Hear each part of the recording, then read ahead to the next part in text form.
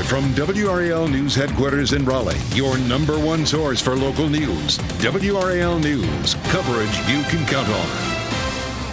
Pfizer CEO is headed to Rocky Mount to tour the damage caused by this week's EF3 tornado. We're on the ground waiting for his arrival. Plus, a motorcycle rider is hurt after a crash on US 1 in Cary. We're live on the scene with what we've learned about the investigation. And it is steamy outside right now. We'll continue to see that, of course, through the rest of the day, but I'll show you what will change to make it feel more comfortable over the weekend. Well, this afternoon, we expect to get a better idea of what it will take to get Nash County's largest employer back up and running after Wednesday's destructive tornado. Good afternoon, everyone. I'm Ken Smith in for Jeff Hogan. And I'm Renee Chu. Pfizer CEO is heading to Rocky Mount to tour the damage done to the company's production plant there. WRAL's Matt Tallhelm first reported yesterday that this visit was happening. He is live outside the Pfizer plant. Matt. Yeah, Renee, we learned from two state lawmakers that Pfizer CEO Albert Bourla will be here today to visit this plant to see all that damage. We're also told from the Rocky Mount Chamber of Commerce CEO he plans to meet with Bourla as well, because a lot of people wondering what will happen to everyone who works here. 3,200 employees at this facility, and it is shut down at this point until further notice. Bourla tweeted, "We are working urgently to determine the best way we can get back online as quickly as possible while ensuring the safety of our people." The EF3 tornado ripped the roof off part of the Pfizer facility here. You could see that damage from Sky 5, showing what looks like racks stacked with pallets of products twisted and collapsed below. We're told that's a storage and distribution building here. The Nash County Sheriff told WRAL as much as 50,000 pallets may be damaged. Today, we are hoping to learn a little bit more from Pfizer about what kinds of medicines are in there and also how this could create shortages of those drugs. Now, this plant produces a quarter of all the sterile injectables that Pfizer uses to supply hospitals across the country here. Those are the medicines that are used in little vials. You see them. They're used for vaccines, also things like IVs at hospitals. We're hoping to learn more about what kind of an impact this could have on the medical industry as well as these employees here. Pfizer tells us it expects an update this afternoon as that tour gets underway from the CEO. We, of course, will be here and bring you updates throughout the afternoon on WRAL. We'll see if we get any answers. Matt Tallhelm live in Nash County. Breaking news this noon, a federal judge ordered the trial in the classified documents case against former President Donald Trump to begin in May of 2024. The trial could begin as early as May 20th. If that timeline holds, then the trial would fall during the 2024 race for the White House. It would wrap before primary voting gets underway in the presidential election where Trump is the leading GOP candidate. Well, police are investigating a crash between a car and a motorcycle that seriously injured the rider. It happened this morning in the northbound lanes of US 1 in Cary. WRAL's Shelley Jackson joining us live from what we've learned about this collision. Shelley. The traffic out here has been moving slowly for hours. Take a look at this. It's backed up like this for at least a mile, just crawling along because the road is down to 2 lanes. Now, the reason it's so slow is because of a motorcycle crash that happened just before 9 o'clock this morning. This is as close as we can get, but we'll see if we can kind of show you a little bit of a view. Behind that police cruiser that's in front of the fire truck, you may be able to see the motorcycle on the ground there. And then a bit in front of that police cruiser is the Dodge Charger. Now, Cary police say the motorcycle hit the Dodge Charger before the crash. We do know that the motorcycle driver has serious injuries and the Dodge Charger driver is okay. Right now we're working to confirm just how this crash happened, and if your drive takes you anywhere along US 1 northbound today, we don't see this clearing up anytime soon, so you may want to find a different route to get where you're going. Shelley Jackson along US 1 in Cary working that accident for us. Shelley, thanks. New Hope Road in Raleigh has reopened after a head-on crash shut down a stretch of the road this morning. The crash caused serious backups during the morning commute. It happened on the northeast side of Raleigh at Daly Road, just south of Trawick Road. Police said the driver of the van lost control, swerved into the other lanes, hitting a car head-on. One person is in the hospital with serious injuries. Police say a driver who hit a pole on Wake Forest Road may have been impaired. A crash closed the turning lanes to get from Wake Forest Road to I-440. The driver of the SUV was headed southbound on Wake Forest Road, lost control when trying to go around a semi-truck. No one was seriously hurt. A cold front will bring us more comfortable air masses this weekend. Temperatures will be a bit below normal, our humidity dropping. Meteorologist Elizabeth Gardner, the WRAL Severe Weather Center, with a look at what it will feel like. Elizabeth. It's going to be nice. We're not talking about October feeling conditions, but it will be a noticeable drop in our humidity and in our temperature. We take a look at Chapel Hill, looking beautiful. Plenty of people out and about. I was just outside a few minutes ago, though, and it still feels like a very heavy air mass sitting over us right now. We'll have a cold front continuing to move across our area today. That will help to push some of the moisture out of the atmosphere. That will bring us a drop in our humidity. Now, as we get into Sunday, we may see a little bit more of that bumping back into the region. So we may notice a bigger difference on Saturday than we do on Sunday. But here's a look at some of the numbers for the next few days. Could be feeling as hot as 100 this afternoon. And coming up in a few minutes, we'll talk about what the heat index feels like right now. But look at the big difference. We could drop it by 10 degrees on Saturday. It could feel like 89. It could feel like 93 on Sunday and 92 on Monday, which is still better than the triple digits that we've seen for much of this week. So if you have plans to be out and about this weekend, go ahead. Or if you don't have plans, go ahead and make some. It will be nice on the golf course. It would be a great weekend to be out on the water somewhere. 93 for today, but then we drop to 88 on Saturday and then 90 on Sunday. And with that drop in humidity, it'll feel better. And we do have a small chance for thunderstorms each afternoon. We'll talk a bit more about that in just a bit.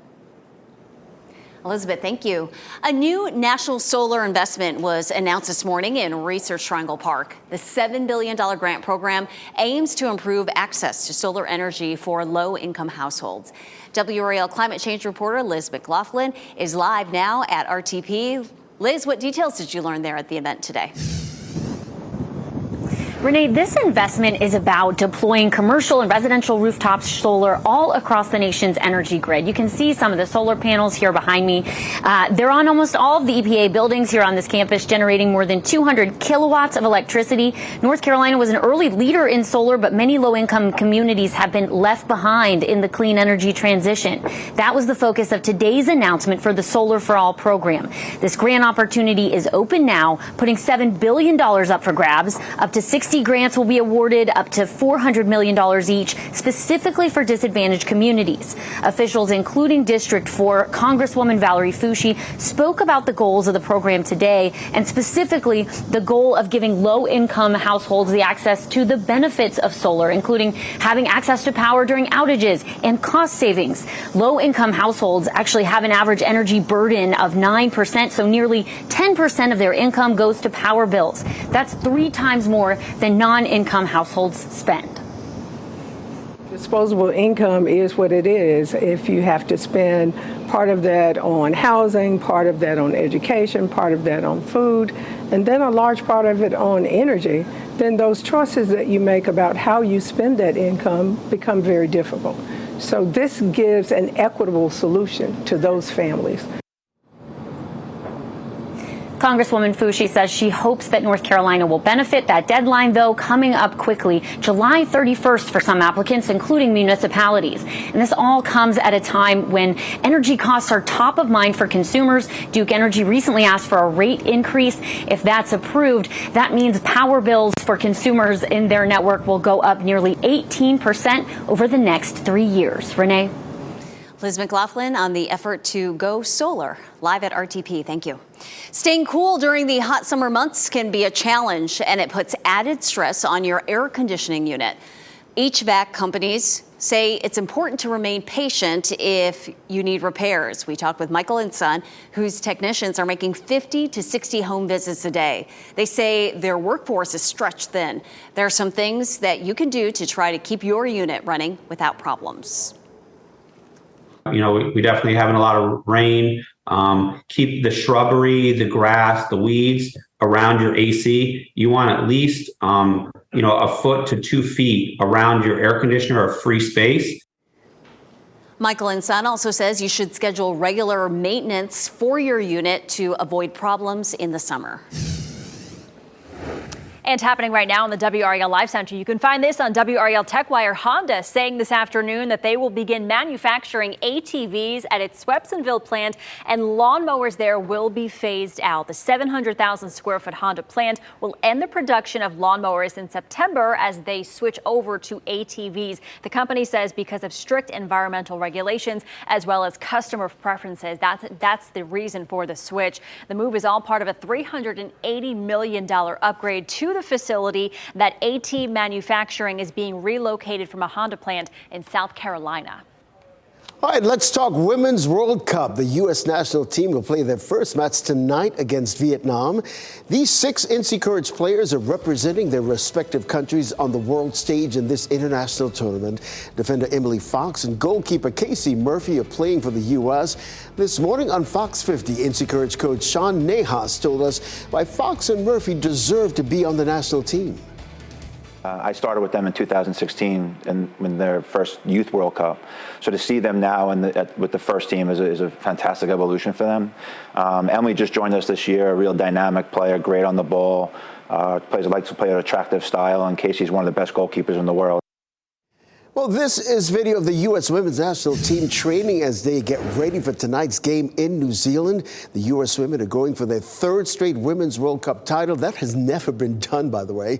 We caught up with one of the sports broadcasters calling the matches for Fox Sports. Jen Hildreth says, beyond the pitch, this tournament is a showcase for women's sports that creates special moments and memories.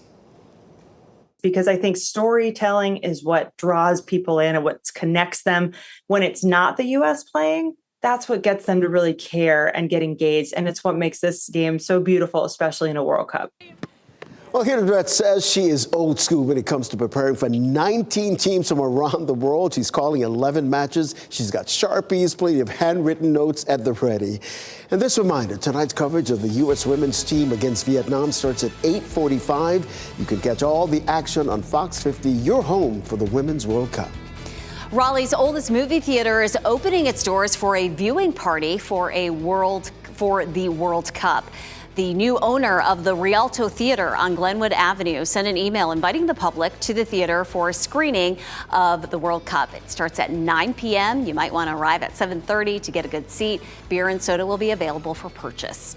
The dream of never having to worry about money is still alive with the Mega Millions jackpot. It's worth $720 million. The Mega Millions jackpot has jumped past the $700 million mark only 4 previous times. You can watch the drawing live tonight on WRAL right before our 11 o'clock news. Next at noon, we're remembering the life and legacy of music icon Tony Bennett, who passed away today at the age of 96.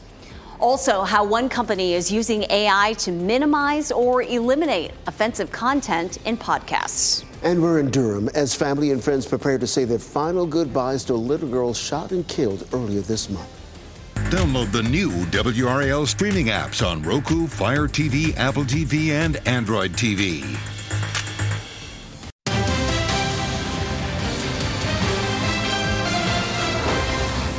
Singer Tony Bennett died today at the age of 96. Born Anthony Dominic Benedetto in New York in 1926, his big break came in 1959 when he was hired by Bob Hope. The entertainer advised the vocalist to use the name Tony Bennett. He went on to win 19 Grammys, 2 Emmys, and the Recording Academy's Lifetime Achievement Award. Bennett was diagnosed with Alzheimer's disease in 2016, and his last public appearance was in 2021 when he performed with Lady Gaga at Radio City Music Hall. It is the end of the line for a tune used on bullet trains connecting Tokyo and Shinosaka.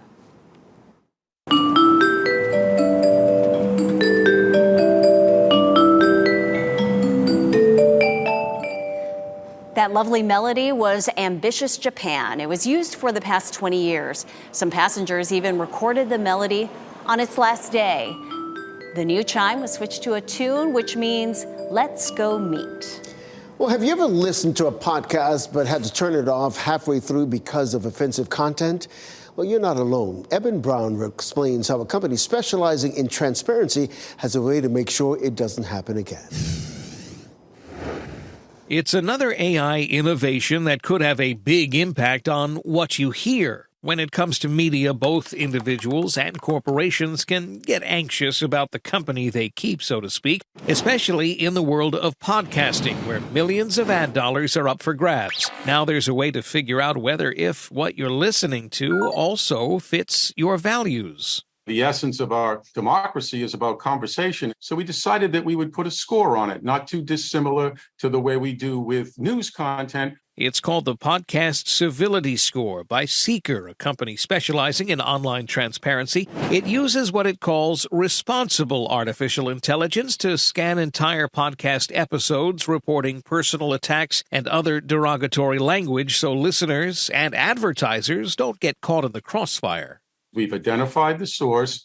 We've then run our algorithms against it using principles of journalism that are also identification of cognitive biases. Companies can now use the scoring as a guide to maintain brand integrity by avoiding controversy. And Seeker says its AI is listening not just for words, but also context, meaning jokes and phrases won't get flagged unless they're being used in a harmful way. We just don't pull a keyword out and say he said or she said this word, and therefore this is a personal attack. We look through the entire episode.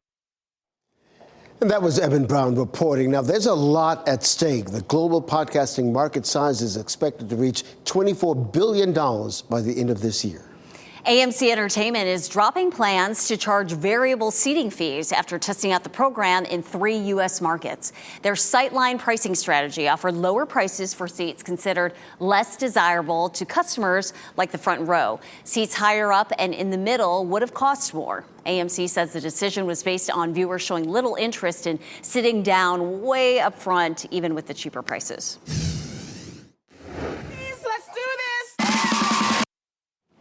It is the day Barbie fans have been waiting for. It is opening day at the box office for the new movie Barbie. Oscar-nominated writer and director Greta Gerwig says her film has a message for everyone. She says she wanted to make a movie that said you're worthy just as you are. Barbie is expected to bring in $100 million or more this weekend, and people are showing up in their bright pink or all shades of pink to see this movie about the iconic doll. Finally. Man, that marketing machine has been in overdrive for months. I'll tell you what, Ryan Gosling doesn't hold a candle to this Ken, our original Ken doll right here. There you go. I'll take that. I want to get over to meteorologist Elizabeth Gardner, the WRAL Severe Weather Center. You have your Barbies as a little girl, yes? I did not have any Barbies as a No, little girl. what a scandal. Scandalous, totally. I loved horses, and so I had little model horses, and I had a lot of stuffed animals. One person gave me a Barbie, I left it in the box, and boy, you know, I wish I had that, right? I probably wouldn't be standing right here if I had that. Worth a lot. Oh, my goodness. You know, it's going to be a nice weekend to get outside. A boat just cruised by here at Lake Gaston. You can see a few puffy cumulus clouds. We'll see some of that. It's still on the sticky side today. Right now, it's 88 degrees. Our dew point 69, so that's still pretty high up there. And as we climb into the low 90s this afternoon, it's going to feel more like upper 90s to around 100. This is a look at the temperature on the left and the heat index on the right. So 95 in Southern Pines and Fayetteville. It feels like 95 in Clinton and Goldsboro. It feels like 93 in Raleigh and Rocky Mount. So yeah, it's just going to be one of those sort of summer days. But we're going to see a front that comes through. I showed you that at the beginning of the newscast. It's going to push some of that humidity, some of that moisture out of here for tomorrow. But we are likely, at least in some spots, to climb all the way up to 100. We're not too far from it right now, feeling like 95 in a lot of our southern counties. And it's going to feel pretty hot for a while. As a matter of fact, it's still going to feel like 90 degrees at 8 o'clock. By the time we get to 9 o'clock, we really have to get past sunset for it to really cool off a whole lot. That 69 puts us right here at steamy. We're going to drop it to tolerable this weekend. Now, we keep talking about these cooler, less humid conditions. You have to realize, I mean, we're not coming down here. We're not getting to comfy and refreshing. That's pretty hard to do in July, but we will see that big drop. I want to show you this again because it was a lot of numbers at the beginning of the newscast. So feeling like 100 today. Tomorrow it feels like 89. That's a pretty big drop. Our high will be in the upper 80s, and we'll see partly cloudy skies with just a small chance of a thunderstorm. After that, it'll feel like low 90s Sunday and Monday. At least it keeps us well away from the triple digits, but we do have a lot of heat back in the forecast by, say, Wednesday and Thursday. So, some weekends you really have to plan carefully. If you're going out to play tennis or golf or pickleball or whatever it is you like to do, go out for your long run on a Saturday morning, you got to start really early. Well, it may not be as bad for this weekend. 93 today, but then 88 Saturday, 90 on Sunday. In the afternoons, there could be a couple of pop-up thunderstorms, but most of us should stay pretty dry. A lot of the country going to end up with temperatures below normal. And even though temperatures are below normal, sometimes that's still hot this time of year. So again, it gets just a little more comfortable for us. You see those yellows changing over to blues by early next week. The beach is always a pretty comfortable place to be, especially if you're sitting really close to the water. Highs will be in the mid-80s tomorrow and on Sunday, all up and down the coast, and there'll be just a chance of a thunderstorm. In the mountains, low 80s in Asheville, looking at mid-70s in Boone, and we'll copy and paste that for Sunday as well. Again, a chance of a thunderstorm, because you pretty much have a chance of thunderstorms in the mountains every day during the summer. The heat comes back for us on Wednesday and Thursday, but we'll talk a little bit more about some thunderstorms and watching a system in the tropics that just now has a little better chance of developing. I'll show you that. Elizabeth, thanks. The backlog of our state's untested sexual assault kits is finally starting to improve. Ahead on our news at 5, what's led to the significant step forward in the process and what a survivor says about it. Also, dozens of people will be reimbursed for damage done to their car while driving on Raleigh's Beltline, the stretch of highway in question, and why State DOT decided to pay up. That's tonight on WRAL News at 6. But our news continues now at noon. Artificial intelligence bringing the theme song for Cheers to life. How the technology could ensure that everybody knows your name at your favorite spot. And what started as a joke proved to be a lucrative combination. How Clausen Pickles hopes people will buy into their delicious cocktail. Hundreds of thousands of children's cups are being recalled due to high lead levels. The U.S. Consumer Product Safety Commission is recalling nearly 350,000 Cupkin double-walled stainless cups. The agency says the cups contain levels of lead that exceed federal lead content limits. The cups are sold on Amazon and on Cupkin.com from January 2018 through March of this year. The manufacturer urging families to stop using those cups and contact them for a full refund. Walmart is cutting the price of its online subscription service in half for customers on government assistance. Under the Walmart Plus Assist program, the new price will be $6.47 per month or $49 a year. The regular price for a Walmart Plus membership is $12.95 a month or $98 annually. Your next friendly neighborhood bartender and waiters may instantly know what you want, thanks to artificial intelligence. A hospitality firm says AI could use facial recognition technology to know what customers are feeling and send staff to tend to them. The system could also log their preferences as they become a regular. The firm says 80% of customers want bars and restaurants to personalize their experiences. You could soon pay your bill at Whole Foods with just a wave of your hand. The Amazon One palm recognition system will be in more than 500 Whole Foods stores by the end of the year. Whole Foods customers who choose to use it won't need their wallet or a phone to pay. They can simply hover their palm over a device and it will read your palm. However, some privacy experts have raised concerns about Amazon sharing biometric data. Well, a viral trend on TikTok is inspiring a new menu item at Popeyes. The fast food chain is now selling its own version of the girl dinner. The menu features side dishes only, including rice and beans, mashed potatoes, coleslaw, biscuits, mac and cheese. The girl dinner trend has gained popularity in recent weeks and is basically replacing a full meal with an array of snacks. Well, stay with me on this one. If you love wine and pickles, we may have the perfect cocktail for you. Clausen Pickles has teamed up with Spritz Society to create a white wine cocktail with its signature pickle flavor. Well, the interesting concoction started as an April Fool's prank last year, but customers loved it so much, Spritz Society decided, well, let's keep it going. It's only available on a limited basis online in 8-ounce cans and will cost you $50. In less than 2 hours, family and friends plan to say goodbye to 5-year-old Chloe Fennell. It's been days since a U.S. Army private illegally crossed into North Korea. Since then, the U.S. has not been able to learn anything about his condition. Up next, efforts to locate Travis King. And as we head to break, your winning lottery numbers right there on your screen.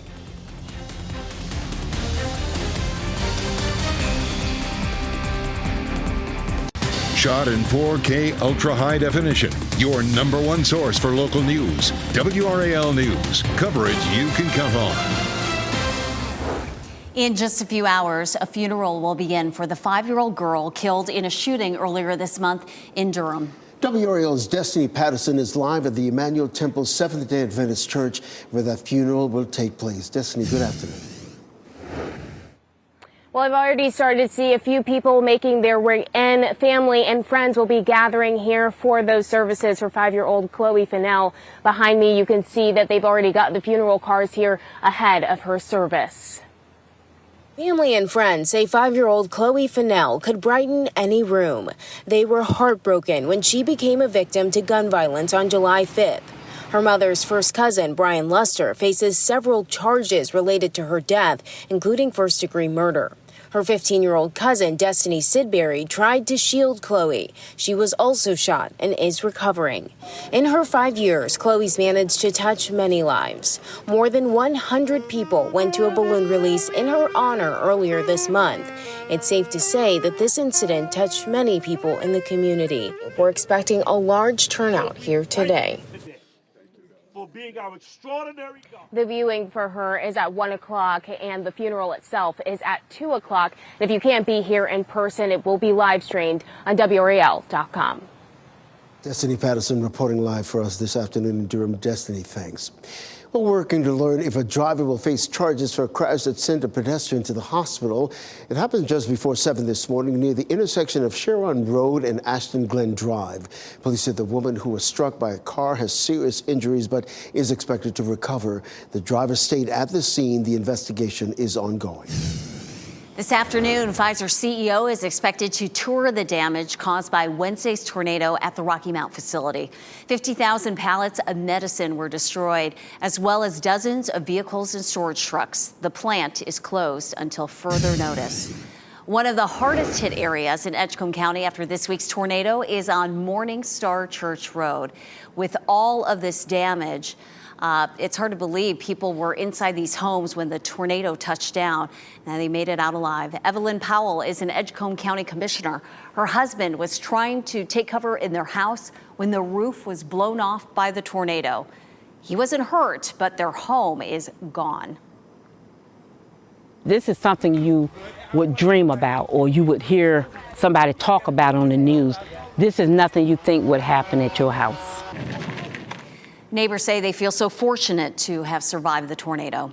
Also in Edgecombe County, a woman and her husband are in the hospital after being thrown 100 feet through the air by the storm. The woman's mother told WRAL her daughter and son-in-law tried to take shelter in a shed, but the winds tore the shed apart, throwing them into a nearby field. They have serious injuries, but family members are hopeful they will recover. Well, prepare for an uncomfortable night in Smithfield this weekend. Some people won't have air conditioning for several hours Sunday. This is because of a problem with the Duke Energy substation where rotten wood needs to be replaced. The repairs require shutting down power for many people who live just north of downtown. Now, this includes Johnston Memorial Hospital, but we should note the hospital does have power generators to keep operations going. The town's director of utilities says the work is needed. And they're in need of repair, and they didn't want to wait until October. Normally, we like to do these things March and October because of the temperate nature of but they said they couldn't wait. Well, he adds, although the repairs are scheduled to take about 5 hours starting midnight, crews are hoping to have that work done sooner. The U.S. Army has expressed concern over the well-being of Travis King. He's the American soldier who bolted across the demilitarized zone 3 days ago into North Korea. The Pentagon describes King's formal status in the military as AWOL, or absent without leave.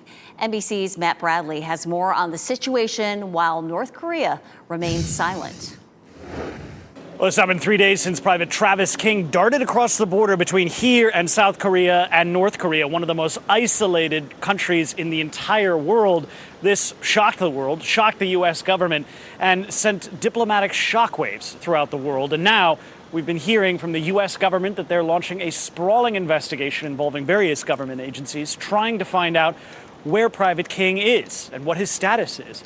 Now, this is going to involve a very difficult task of trying to reach the North Korean government. Now, there are several avenues in which the U.S. is doing this. They can reach out through the United Nations, through Swedish diplomats in the Swedish embassy in Pyongyang and through here in South Korea, where they have some connections with the North Korean government. But the fact is, now we're going into day 4 of this diplomatic crisis, and there is still no telling where Private King is. And we haven't heard anybody saying that the North Koreans have actually responded to any of the entreaties that have been issued by the U.S. government. So far, all efforts to find Private King have been frustrated. This is also frustrated by the fact that Private King's motives are entirely unclear. No one knows exactly why he darted across the border, what his intentions were.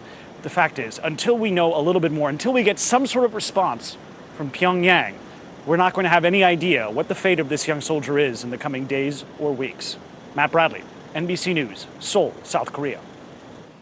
And King was not escorted onto his flight because he wasn't in custody when he was at the airport. His escorts were not allowed to go beyond airport security. Well, construction on several major roads will take you on some detours this weekend and beyond. Vaughn Schrader is up next with the heads up. Plus, momentum for electric cars appears to be changing direction. Why it's harder to encourage people to take the EV route.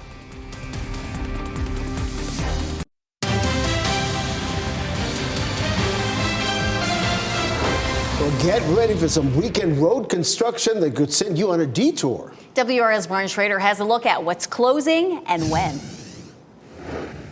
We'll start by RDU International Airport, where work continues on that Interstate 40 interchange at Airport Boulevard. And starting tonight, both ramps on the eastern side of that interchange are closing. Those are the ramps from 40 westbound onto Airport Boulevard and from Airport onto I-40 eastbound. That closure starts at 8 o'clock tonight and will continue into the fall. Use Aviation Parkway or Interstate 540 as good alternate routes.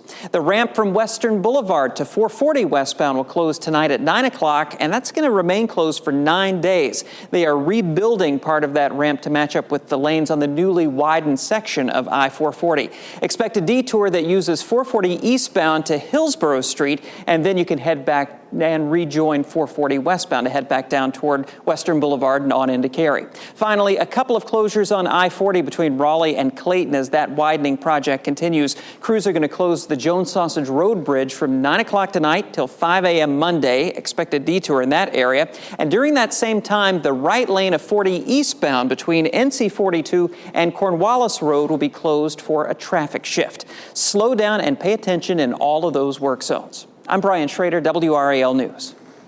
Brian, thanks. Electric vehicles were once hot and now maybe not. Why demand is cooling off and what one company is doing to drive interest back up. And plans are in the works to get your kicks on Route 66. The features of a new theme park built around the iconic highway.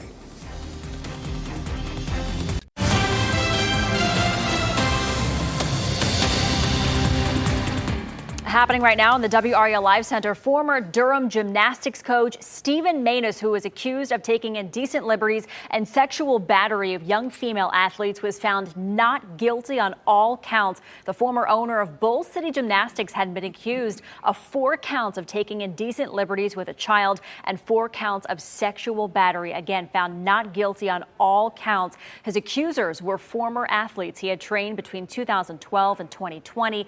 The jury deliberated for less than a day about this case. Well, after sudden rapid demand, industry analysts say electric vehicles might now be losing momentum. EV vehicle prices have dropped almost 30% in the past year. Steve Nielsen shows us how one company is working to smooth the way for EVs. As Mark Hanchett walks around his growing manufacturing facility, he has no concerns about headlines regarding the EV industry. We are hiring a lot. New is a Mesa-born company. They say they deal in energy.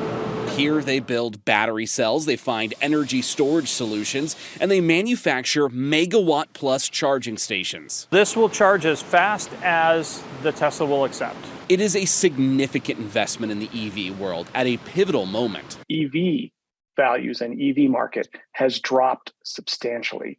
Like, you could use the word collapse here. Car industry analyst Carl Brower at IC Cars says EVs prices have dropped 29.5% year over year. To see this level of kind of hesitation by the consumer to jump into the EV world right on the cusp of all these EVs that have come in the past year and all the more that are coming in the next year, and them already starting to stack up at dealerships, it's something to be concerned about. In Arizona's economy, that could be a problem, with the EV industry starting to grow quickly between Lucid and Electromechanica and a lot more. Almost 100% growth in less than a year, and we're going to continue to grow from here on out. Hanchett believes the demand is there, but infrastructure like they make it new needs to advance quickly. You're in the flip phone stage.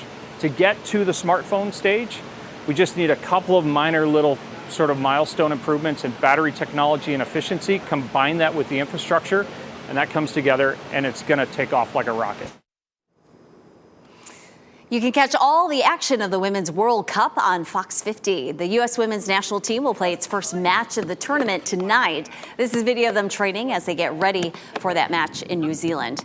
Coverage against Vietnam starts tonight at 8:45. You can catch all the action on Fox 50, your home for the Women's World Cup. And you can cheer them on tonight at a watch party hosted by NC Courage in Raleigh. It's happening at 9 at the Carolina Ale House on Skyland Ridge Parkway in Briar Creek. If you plan on going, organizers say to get there about 90 minutes early to secure a seat and order some food. The team will be hosting more watch parties throughout the World Cup tournament. Well, we're in for a beautiful sunny day out there. Rather sticky right now, but boy, are we looking forward to the weekend, Elizabeth. It's going to feel so much more comfortable. Again, not necessarily October conditions, but we're going to see a nice break from the triple-digit heat index that we saw for most of the week. It's beautiful out there right now. Take a live look at Goldsboro. You can see sunshine, some big puffy cumulus clouds, but it's on the muggy side already in a lot of spots. The heat index is in the mid-90s, and it's just going to climb on up to the upper 90s to right around 100 this afternoon. Apex looking pretty, so is Chapel Hill. Just a couple of clouds there, courtesy of Top of the Hill Restaurant. And it's looking nice there on Hay Street in Fayetteville. We take a look at the big picture. We have our cold front starting to move into the mountains. This front is going to scour out some of the moisture that's in place for us. But look at the rain associated with it. There's not any. We do have some that's down to the south. And it's possible as the front moves through that it might pop a shower or two, but we're not looking at any widespread rain with this front, certainly not looking at any threat for severe storms. So this is going to come through, again, push out some of the moisture, making it feel more comfortable for the weekend, but we don't have a lot of rain to go with it. You can see between now and 5 o'clock, just big puffy cumulus clouds.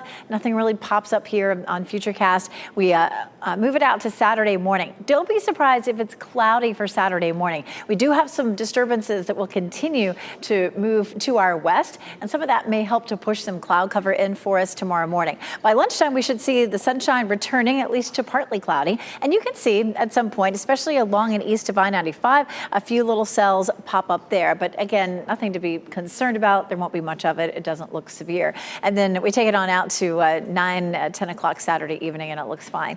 You may need to start watering. You know, a week ago, we saw a lot of heavy rain, 3 to 5 inches in some places. We haven't had as much, at least not widespread, in the last week. So it's 20% chance today, 30 Saturday, 20 Sunday, 30 Monday. You may have to start pulling the sprinklers out, maybe even do a little yard work this weekend, or just go to the pool. Sounds better, doesn't it? 88 Saturday and 90 Sunday, and that's about what it will feel like. We're not going to have a heat index making it feel a lot hotter than it really is, because we'll see a nice drier air mass that pushes through. One thing to mention, we are going to see our wind coming out of the north, and a lot of times this summer when our wind has come out of the north, we've seen some of that smoke from the Canadian wildfires. That is a possibility over the weekend. We'll be watching out for that, and of course we'll let you know if there is a forecast for our air quality to diminish. Again, not too hot on Saturday, a little humidity drop. Sunday might be slightly more humid, but I think it'll be a subtle change. It would be nice if we could keep this around, right? But we get into next week, the middle to the latter part of next week, look at how much of the country has the potential for above normal temperatures. Eek. All right, we take a look at the tropics. We have this system. We've been watching this one for a couple of days. The Hurricane Center bumped up its chances to 20% in the next couple of days and 40% in the next 7 days. The models make some hints at trying to develop that. You can see where it would go if it does develop, most likely over the Leeward Islands and into the Caribbean. Of course, we will have our eye on it. We still are watching Tropical Storm Don, which is just going to move on up into the Atlantic and away from land. So I think we're probably about done having to worry about Don. Once we get past the weekend, like I showed you, it looks like next week's going to be hot. We're back to 93 Wednesday and 94 on Thursday. Elizabeth, thanks. Well, a piece of hip-hop memorabilia is up for sale. The owner of this amazing ring and how much it is expected to summon at auction.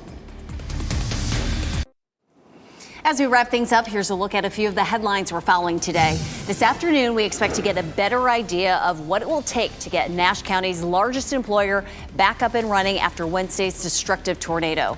Pfizer CEO is heading to Rocky Mount to tour the damage done to the company's production plant there. The EF3 tornado ripped the roof off part of the facility. The plant is shut down until further notice. Police are investigating a crash between a car and a motorcycle that seriously injured the rider. It happened this morning in the northbound lanes of US 1 in Cary, where lanes are still closed. Cary police say the motorcycle hit the back of a Dodge Charger. The motorcyclist suffered serious injuries and the driver of the Charger is okay. We're trying to confirm exactly how this crash happened. This afternoon, a funeral will honor the life of a 5-year-old girl killed in a shooting in Durham. Family and friends will gather at Emmanuel Temple Seventh-day Adventist Church to say their final goodbyes to 5-year-old Chloe Fennell. The little girl was shot and killed July 5th, and her 15-year-old cousin was injured trying to shield Chloe. Her mother's first cousin, Brian Lester, faces several charges, including first-degree murder. Chloe's services will be live streamed on WRAL.com. Next month, the world celebrates the 50th anniversary of hip-hop. Well, to mark the occasion, Sotheby's is selling a piece of hip-hop history. The ring Tupac Shakur wore during his last public appearance is up for auction. As a fan of philosopher Niccolo Machiavelli, Tupac designed the ring based on medieval kings of Europe. Well, Sotheby's experts say such a significant cultural artifacts doesn't come cheap. The sale is meant to tell the story of hip-hop as a cultural movement. Some people think of hip-hop and they just think music, but hip-hop is the largest cultural movement on the planet.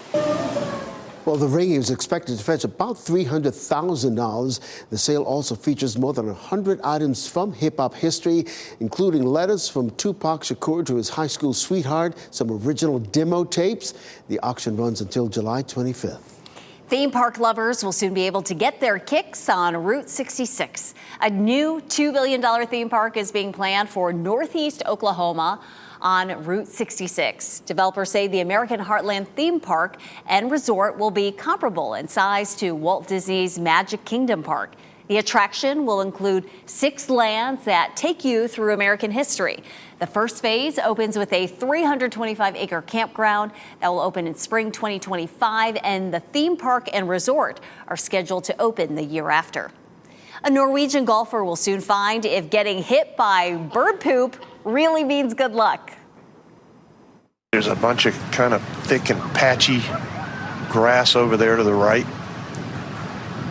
Hold that. A bird interrupted Victor Hovland's approach on the 15th hole of the first round at the British Open. Hovland's caddy quickly cleaned off the seagull souvenir.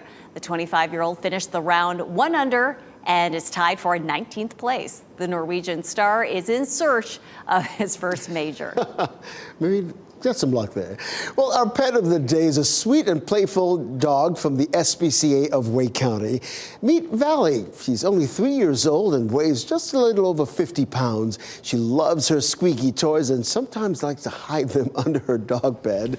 The one thing Valley doesn't like is rain, and who can blame her? If you're interested in adopting her, please visit the spcaofwakecounty.org/adopt.